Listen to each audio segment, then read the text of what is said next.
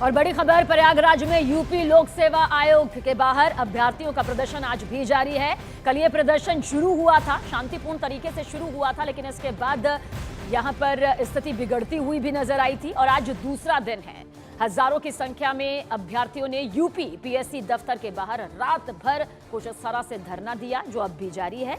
और इस दौरान डीएम और पुलिस कमिश्नर ने प्रदर्शनकारी अभ्यर्थियों को समझाने की भी कोशिश की, लेकिन वो अपनी मांगों पर अड़े हुए हैं। सोमवार सुबह से प्रतियोगी छात्रों ने इस विरोध प्रदर्शन को शुरू किया था, यानी कि कल से प्रतियोगी छात्रों की तरफ से पीसीएस प्री 2024 और आरओ और एआरओ 2023 प्री परीक्षा को एक शिफ्ट में कराने की मांग की जा रही है।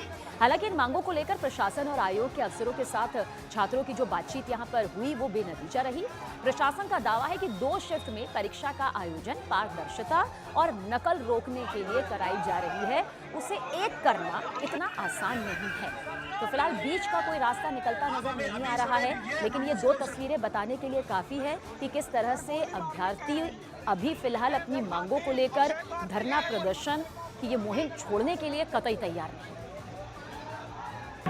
यूपी लोक सेवा आयोग के बाहर लगातार प्रतियोगी छात्रों का विरोध प्रदर्शन जारी है और आज विरोध प्रदर्शन का दूसरा दिन है। आयोग के गेट नंबर 2 के बाहर तमाम प्रतियोगी छात्र बैठे हुए हैं। इनके हाथों में पोस्टर बैनर है और अनूठे अंदाज में खाली बोतलें पटक कर, इसके साथ साथ ड्रम बजाकर लगातार विरोध प्रदर्शन कर रहे हैं। सुबह 9 बजे यहाँ पर डीएम रविंद्र कुमार मांदड़ और पुलिस कमिश्नर तरुण गाबा यहाँ पर पहुंचे हैं। उन्होंने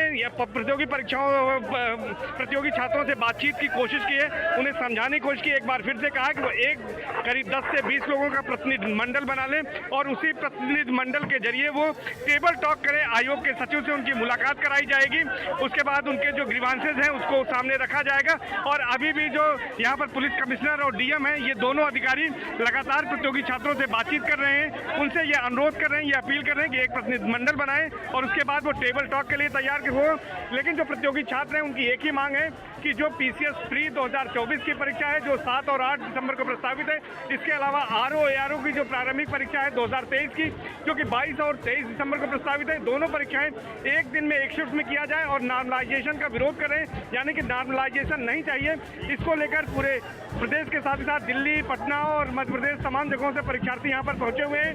तो लगातार दूसरे दिन ये आंदोलन चल रहा है। आज सुबह राष्ट्रगान के साथ अभ्यर्थियों ने अपना विरोध प्रदर्शन शुरू किया था और लगातार इसमें भीड़ बढ़ती जा रही है। तमाम डेलीगेसी में, हॉस्टलों में जो यहाँ पर प्रतियोगी छात्र हैं वो लगातार यहाँ पर बढ़ रहे हैं। माना जा रहा है कि दिन में अभ्यर्थियों की संख्या और बढ़ेगी, लेकिन पुलिस और प्रशासन की यही कोशिश है कि इनसे टेबल टॉक कराई जाए आयोग के सचिव से और इस मामले को जल्द से जल्द निपटारा किया जाए, लेकिन अभी तक इसका कोई नतीजा नहीं निकला है। रात को भी एक बार अधिकारी यहाँ पर पहुंचे थे, अधिकारियों ने बात की थी, लेकिन उस वक्त भी वार्ता बेनतीजा रही थी और अभी भी अभ्यर्थी इस बात पर राजी नहीं है कि कोई प्रतिनिधिमंडल जाकर आयोग के अंदर बात करेगा, बल्कि अभ्यर्थी ये चाहते हैं कि आयोग के सचिव यहीं पर आए और सभी बच्चों के सामने वो अपनी बात रखें और जो उनकी मांग है उस पर कोई ठोस उन्हें निर्णय दें। अभ्यर्थियों का ये कहना है कि जब तक उन्हें कोई ठोस आदेश नहीं मिल जाता है, लिखित आश्वासन नहीं मिल जाता, तब तक वो किसी भी तरह से इस आंदोलन से पीछे हटने को कतई तैयार नहीं है।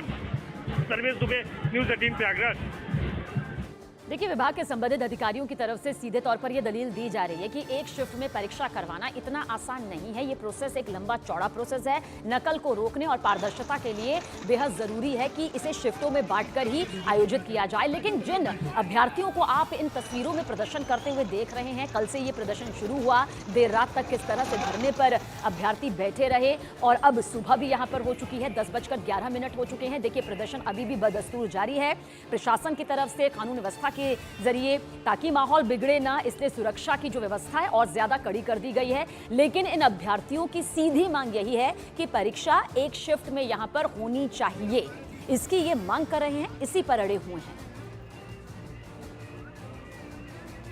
तो जैसे हम लोग एक प्रतियोगी परीक्षा की तैयारी करने वाले छात्र हैं, तो हम लोगों के साथ उत्तर प्रदेश लोक सेवा आयोग नॉर्मलाइजेशन के जो नॉर्मलाइजेशन जो कर रहे हैं, उससे हम लोगों के साथ बहुत ज़्यादा समस्याएं होंगी। कौन से छात्र प्री क्वालिफाई करेंगे, कौन से छात्र प्री क्वालिफाई नहीं करेंगे। अभी तक तो छात्र तय करते थे कि उनका कितना ज़्यादा क्वेश्चन सही है, उनका होगा या नहीं होगा। लेकिन जब नॉर्मलाइजेशन ये लोग लागू कर देंगे, उससे छात्र को इसके बारे में जानकारी नहीं होगा कि कौन ज़्यादा क्वेश्चन सही किया है। उसका नॉर्मलाइजेशन के माध्यम से ये लोग कम कर देंगे। कौन कम किया है उसका ज़्यादा कर देंगे, तो इससे हम लोगों के साथ भविष्य में बहुत ज़्यादा समस्याएं आने वाली हैं। हम तब तक करेंगे जब तक हमारी पीड़ा को, हमारे दर्द को, हमारी मांग को हमारा आयोग स्वीकार नहीं कर लेता। कोई समझौता नहीं हुआ।